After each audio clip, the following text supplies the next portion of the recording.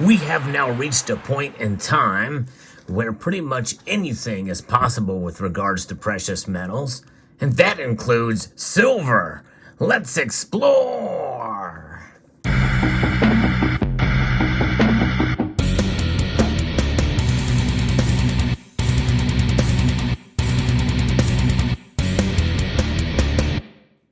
Warning, what I'm about to present to you is indeed a bullish outlook for silver in the coming week.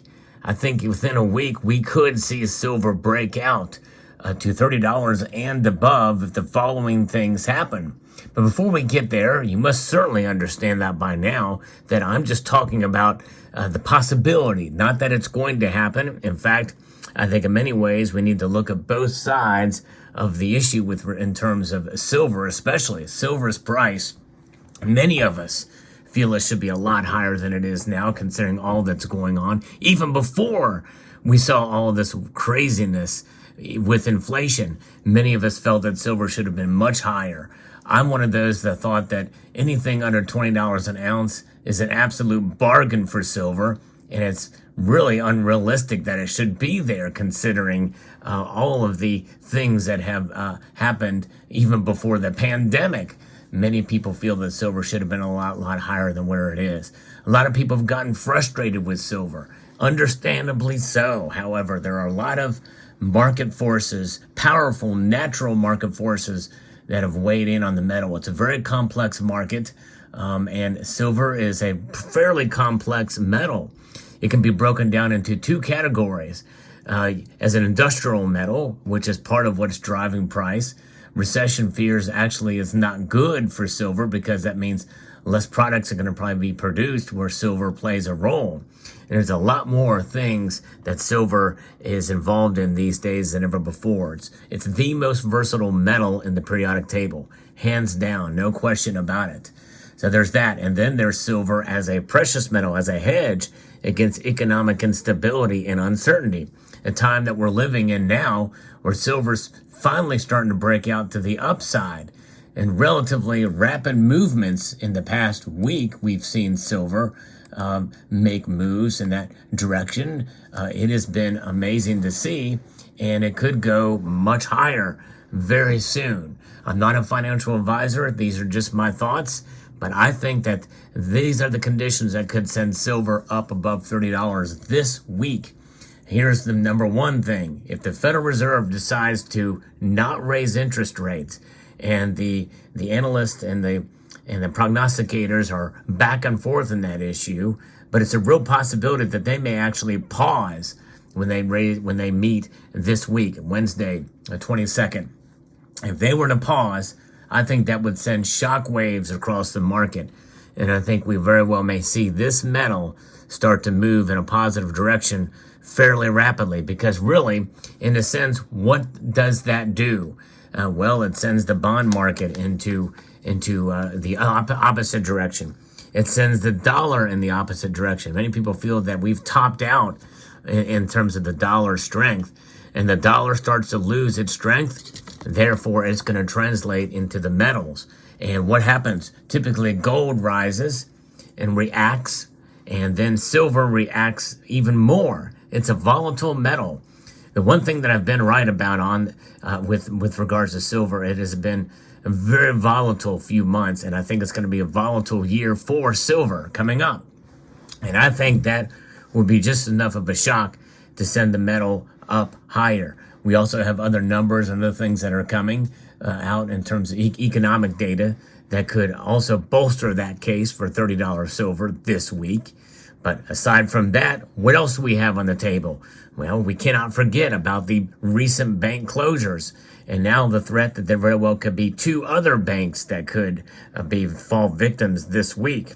If those two banks fall or are bailed out or taken over by regulators, like in the Swiss Credit Suisse and First Republic, all bets are off the table. Then you will see a near panic, if not a full-on panic in the banking sector. Already now we are seeing more and more people taking some money out of the bank and converting it to silver and gold. And that is a subject for another video, but we are seeing new stackers being born pretty much every minute now over the past week. And so that's what's happening. Now, there's a caution to this. If silver does rise to $30 or and above this week because of the reasons I mentioned, which again, it's a real possibility. It's a very volatile market. There's a lot of uncertainty. People are looking for safe havens. Yeah, believe it or not, this metal can be a safe haven. It's what it's supposed to be, but understand that silver is volatile, and it very well, especially if you're a new stacker, and especially with what's going on now, we could see the pendulum swing in the exact opposite direction, especially if things get a whole lot worse. Why is that?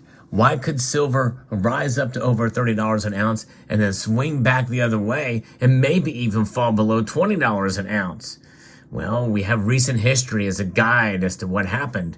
In recent history, we saw during the crisis of the pandemic and the market's reaction to it, psychology rules the day. Silver fell to well below $12 an ounce. That's right, $12 an ounce.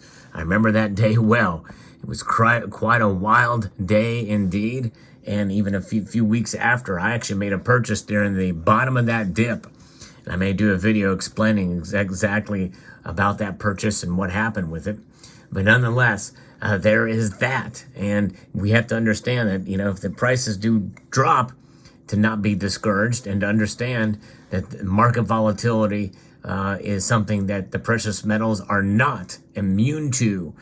Precious metals are not immune to market volatility. In fact, they are victims of it. It's just like anything and everything else. That's why you have to understand that the metals themselves and the prices that you realize for them at that point in time are not solely reliant on spot price.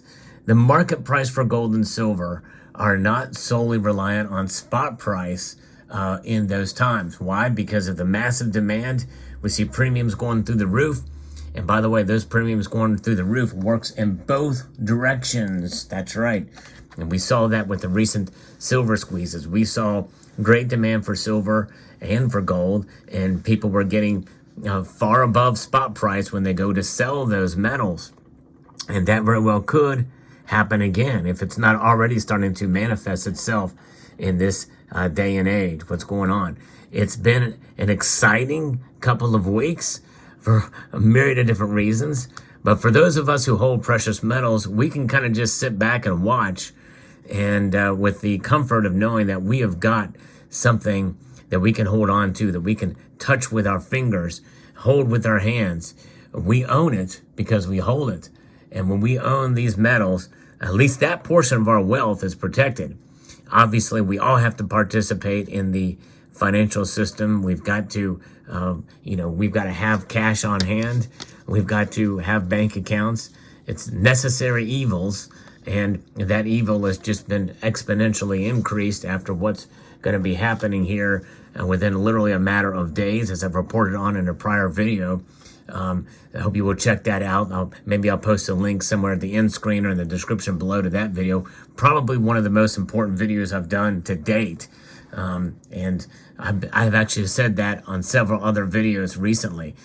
Folks, this is so important, and the world of gold and silver are opening up to a whole lot of new people now. It's exciting on one hand, but on the other side, it's concerning. It's because people are doing, and whenever people react based off of what's going on in the world, usually it's out of fear. And you can make a lot of mistakes when you do that. Fear is a healthy thing, but so is a grounded, well thought out preparedness that is muchly needed.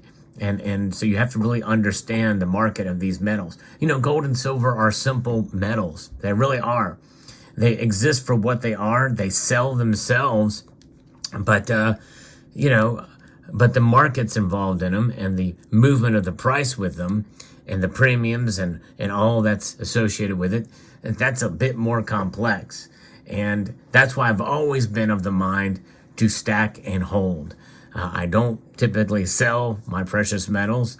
I think there are certainly exceptions to that rule. And depending on your choices in life, you weigh those choices out very carefully, because you don't want to lose money if you're going to sell before you really need to. If there's a want or need, if there's a want to sell your precious metals in order to increase your station in life, and it works out for you, that's wonderful. But in the end, especially in this present situation where everything is unstable, including our very monetary system that is ever evolving and changing so quickly, especially with Fed now making its way, as I reported on earlier, these are the times that we need to hold strong. But that's how we could get to $30 in a week. I'm not saying it's necessarily going to happen, but that's the scenario where it could. Sometimes it's just fun to talk about and theorize of where things could go in a given direction, considering what's going on here. Let me know what your thoughts are in the comment section below. I'd like to extend a multitude of gratitude to you all for taking the time to watch, and encourage you to please rate, share, comment, and subscribe.